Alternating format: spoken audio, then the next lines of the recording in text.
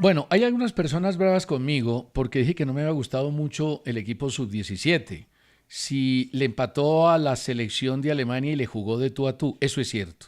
Le empató a la campeona del mundo, por eso Steven destacaba el resultado como lo más notable del encuentro y hay que advertir que le jugó de tú a tú. Pero es que en la categoría sub-17 prácticamente todos juegan de igual a igual. Algunos tendrán mejores jugadores, golearán, pero es una categoría incierta, es una categoría donde puede pasar cualquier cosa. Venezuela le ganó 3-0 a Inglaterra, que se precia de ser un país con un trabajo de divisiones inferiores fortalecido y poderoso. Ahora, en términos generales, el primer tiempo fue un partido repartido, un poquito más de llegadas de la selección de Alemania, desperdició dos oportunidades clarísimas.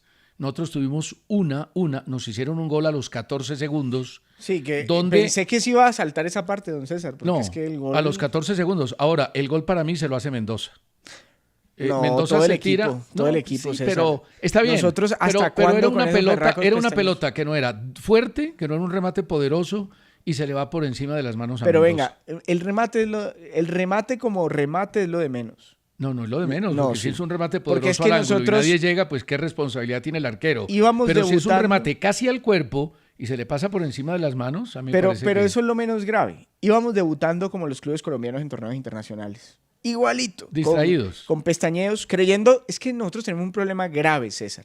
Creemos que los partidos arrancan en el minuto 5 y no en el segundo 1, sino en el minuto 5. Las distracciones de Colombia son gravísimas. Sí. El recorrido que hace el jugador el alemán, por su banda derecha, no puede ser. Sí, no puede ser. Y no puede ser que el Y hombre... en eso apúntele a Solarte, que no estuvo ahí atento. ¿Y dónde estaban los defensas de Colombia y el volante o los volantes de marca para impedir la llegada tan clara del jugador que viene por el centro a rematar? Sí, llegó muy libre. No, y en eso no vamos Estaban a dormidos, discutir. César, todos, 14 segundos gol, todos. pero a partir de ahí, Colombia, digamos que emparejó las acciones, intentó, no fue claro, fue un poco más claro Alemania. Lo mejor de Colombia fue el comienzo del segundo tiempo. No sé si usted lo comparte. Sí, fue un comienzo al menos más aguerrido. Es que Colombia fue muy tímida en el primer tiempo. Pero yo no diría que tímida, fue imprecisa y fue exageradamente individualista. Por ejemplo, el remate que tiene Santiago Londoño, que fue la única llegada clara del equipo, en la primera parte tenía como descargar a la izquierda y al medio. Sí. Y prefirió hacerla individual, se quedó sin ángulo, remató y el arquero contuvo. Y hubo otra jugada donde también se exagera en el juego individual. Es cierto que puede ser el mejor delantero del equipo colombiano, ese pelado Escorcia, de Atlético Nacional. Picantico, rápido, juega explosivo. Juega bien. Sí, El equipo sí. tiene buenos jugadores, pero hay tres cosas que uno a los 17 años tiene que aprender. Primero, no puede ser tan individualista. Son individualistas y quieren hacer gambetas en zonas prohibidas. Sucedió en el primer César, tiempo. pero ¿vos no veías de Alemania lo mismo? Alemania hoy Es una comportarse característica como un colectivo de la edad. Pero mire que Alemania era un equipo que salía jugando desde el fondo y salía con balón dominado tocando. Sí, pero en el último cuarto de cancha todos querían hacer la suya también. Todos querían hacer la suya y uno entiende. El que haga el gol, el que haga una acción brillante, lo están viendo los reflectores, las pantallas de televisión y se lo pueden llevar al fútbol europeo como ya se han llevado varios jugadores de la edad. Uno lo entiende, pero es una cosa que para poder tener resultados tiene que dejar a un lado y volverse colectivo. Y otra cosa que yo no entiendo por qué la hacen. Cuando van sobre la marca de un jugador rival que está contra la raya y de espaldas, todos cometen falta. Igual. Todos cometen falta. Lo empujan, lo tumban, lo atropellan. Cuando no tienen ninguna posibilidad de salir, si lo aguantan, si lo esperan, si le hacen una marcación más zonal que agresiva, seguramente pueden tener mejores resultados. Y todos lo hacen. Es una constante de la selección Colombia, que no hacía Alemania. Ahora, el comienzo del segundo tiempo fue bueno, empate el partido Castaño en una jugada muy importante de Londoño, fue arrumando gente, pasó en el rebote, aprovecha Cataño, el jugador del Envigado, pero remata le y pega gol, muy le pega bien. muy bien. El gol de Colombia es un gol porque algunos dirán, rebote, eso llegó de casualidad. No, la jugada por izquierda es muy buena. Es muy buena. Es muy buena. Es muy buena jugada de Londoño, no hay duda. El centro no es malo, el centro cruzado. Luego el rebote se produce exactamente, pero no llega el jugador alemán a despejar y Londoño le pega con mucha fortaleza pegadito al palo derecho de la portería del alemán. Ahora, puede ser, Steven, que estoy siendo muy duro con un equipo que es sub-17. Sí. Está bien, lo acepto. No solamente eso, sino que el debut a nosotros nos cuesta mucho. Sí, y fue contra Alemania, ¿no? El mejor equipo del mundo. El mejor equipo del mundo y el coco del grupo. Sí, porque contra El Salvador yo espero una victoria contundente. Y Corea del Norte, a pesar de su victoria... No, ojo con Corea del Norte. No subestime a Corea del Norte. No lo estoy subestimando. Corea del Norte en el fútbol sub-17 y en el fútbol femenino es potencia. Sí, pero César, no... Ojo. A ver, la tradición futbolística está donde allá o acá. Cero, pero es que llevan 5 años trabajando desde los 12 y usted sabe cómo trabajan los coreanos del norte, ¿no? Eso es a punta de juguete. De pico y pala, como Eso diría... es a punta de juguete y ojo con ese equipo, que es un equipo que no podemos subestimar. Ahora, el resultado es muy bueno definitivamente y esperemos que el equipo logre esa victoria frente a El Salvador, ¿no? Yo veo que hay talento, hoy vi jugadores hay muy interesantes ahí. Creo que se viene trabajando ese Orozco bien. Es muy bueno, el de Fortaleza que va al Manchester United, Cristian Orozco, lo vendieron en $1 millón, se quedaron con un porcentaje y es un jugador de muy buena categoría, jugó de volante de enlace y puede ser también delantero, pero tiene 3 buenos delanteros Colombia. Londoño sin duda, el jugador que acaba de ser vendido por Envigado al Oviedo, Escorcia, el de Atlético Nacional, y el otro me sorprendió, David Flores, el del Real Cundinamarca. Ese jugador creo que estuvo en Antioquia en sus inicios y luego terminó acá en Cundinamarca, si no estoy mal.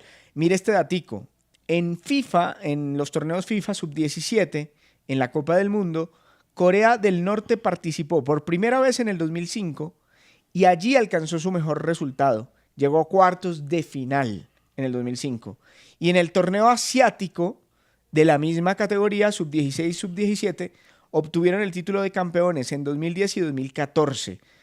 Es un equipo respetable. Steven, yo no conozco el fútbol de Corea del Norte, nadie lo conoce. No, pero le estoy dando acá claro, pero hay un tema que uno no puede ignorar. Lo de la femenina sí es contundente. La selección sub-20 femenina de Corea es una tromba, es un equipazo. Y eso se debe porque una orden gubernamental se volvió un tema de Estado, el fútbol, para competir internacionalmente. Puede que en la femenina haya sido más fácil porque la competencia ofrece más posibilidades en el nivel. Es más difícil en los hombres, pero lo están haciendo y ya ganaron el primer partido, ¿no? Sí, pero Colombia tiene la obligación de ganarle en el sub-17 masculino. Sí, estamos de acuerdo. Mire, dice don Luis Leal, no sé por qué la mayoría de periodistas dicen que David González es buen técnico, siendo que siempre comete errores garrafales en partidos importantes como finales y semifinales. 2 ejemplos. Partido Nacional Tolima, final del 2024, segundo semestre. Medellín Pereira, final del 2022. Millonarios Santa Fe, cuadrangular del 2025, Liga 1. Nacional América, semifinal de Copa. Los técnicos demuestran su calidad en partidos determinantes. Hay que ser más objetivos, pues aunque fueron compañeros en la emisora, también pueden criticarlo. Don Luis Leal, eso no tiene nada que ver. Que haya sido... De hecho, yo no alcancé a estar... cuando él estuvo en el bar, yo no alcancé ni siquiera a estar en el bar. Bueno, yo nunca he estado en el bar. Ahora, el tema no es ese. El tema es que el técnico no es el único responsable de las derrotas. Y menos en las instancias finales. Los jugadores tienen una participación trascendental y usted no puede ignorar eso en los partidos que menciona. Venga, pero yo quiero aportar ahí. ¿A usted le parece tan malo David González como él dice? No. Y tan de poquita categoría que no resuelve en las finales. A mí me parece un buen técnico, un muy buen técnico. Si se quiere un muy buen, no un excelente, no. Le falta camino para eso. Es que es joven, pero es nuevo. Muy buen técnico. ¿Por qué? ¿Cuántos años lleva dirigiendo a David Ospina? Tiene una carrera David González, muy 3 años. Cortica. Claro. 3 años y ¿cuántas finales? 2. Una con Medellín y otra con Tolima. 2 y estuvo cerquita con Millonarios.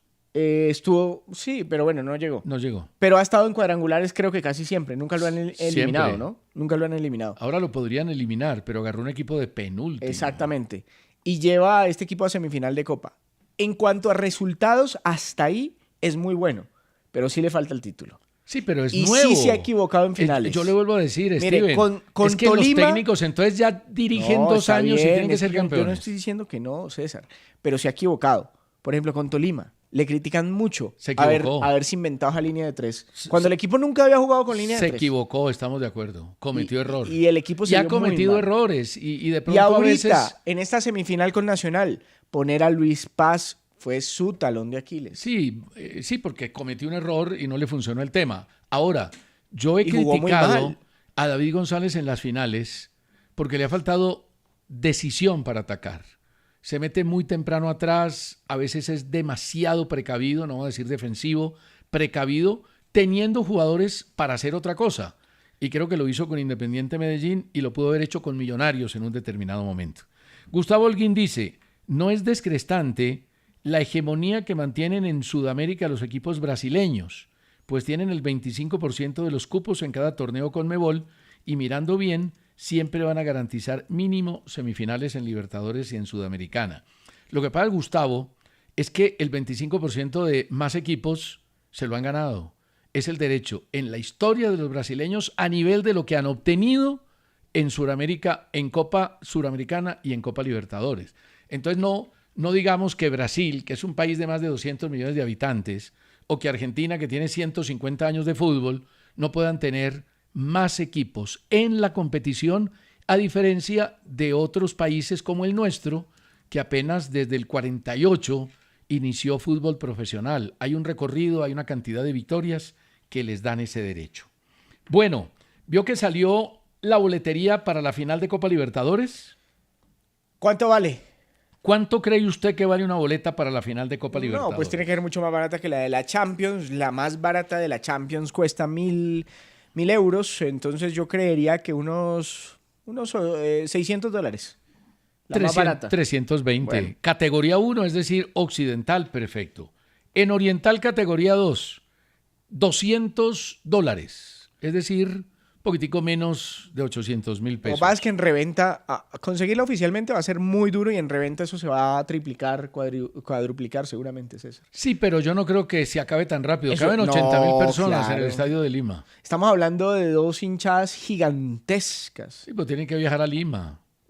Pero haga la cuenta, No. que vaya el 15% de cada una de esas hinchadas, ya tienen eso lleno. ¿Usted cree que va el 15% de la... No, hombre, por Dios. ¿No? ¿Más? No, Flamengo. El 15% de la hinchada de Flamengo es 1 millón de, Por eso, de es que es espectadores. mucha gente, No. No, el 15% no. Pero no, seguramente que va a haber mucha gente y el estadio se va a llenar. Pero no creo que tenga una demanda tan fuerte como si el partido fuera en Brasil. Por supuesto que no. No, pero igual es una final muy taquillera. Y la tercera y la cuarta categoría, $95, que son norte y sur. Se reparten en una zona los hinchas de Palmeiras, en la otra zona los hinchas del Flamengo. Dato oficial de FAFAFA que se reporta hasta ahora del Atanasio para Nacional América. Asistieron 39.177 espectadores. Y esa es otra cosa, ¿no? La hinchada de Nacional que acompaña siempre. No, la hinchada de Nacional es poderosa. Al lado de la de Millonarios es un espectáculo. Esas dos hinchadas, porque la de América está rebelde, la de América no quiere ir. La del Medellín es buena también. Y La de hay Medellín otra es que muy usted buena, no sí. puede descontar. ¿Cuál? La del Deportivo Cali. Hoy en día, después... También fueron bastante, hasta que los eliminaron y ya no quisieron ir más. Claro, pero digamos que hasta que sucedió eso, la hinchada respaldaba y acompañaba al equipo, que entre otras cosas ha dicho por parte de los directivos que van a contratar 8 jugadores de primer nivel. Y que va a continuar Gamero, que no hay ninguna duda de que Gamero es el técnico para sacar este proyecto adelante. Y, Pues ya ojalá. y ya hay 2 jugadores que suenan. ¿Cuáles? Cataño, el que está en Millonarios, Daniel. que juega en Bolívar y que... Pero le ha ido bien, ¿no? Le gusta, le ha ido bien. Le ha ido bien. ¿Le ha ido Entonces, ¿para bien? qué se va a volver? Lo que pasa es que yo no entendí nunca lo de Cataño. Pues Cataño quería Cambiar a Millonarios una por Bolívar, siendo uno colombiano. Pues él quería una experiencia internacional si fuera en Bolivia, César. Sí, pero es como Arias. No, es como jugó Gamero. 45 minutos. En el partido del Wolverhampton, donde hace autogol Mosquera esta semana, jugó 45 minutos y lo sacaron. Pero no vas a comparar ir a Bolivia con ir a No, Inglaterra. de acuerdo, pero son decisiones que uno a veces... Pero Inglaterra... Yo entiendo la de Arias, no entiendo la de Cataño. Ahora, le pagaban más que en Millonarios, porque Bolívar es un equipo rico. Poderoso, rico a nivel de sí. Sudamérica. Entonces, quiere a Cataño, lo conoce Gamero perfectamente bien. Quieren a Carlos Darwin Quintero. que es un jugador pretendido por varios. ¿Oíste? ¿Y ahí quién va a marcar entonces? ¿Oíste, ve?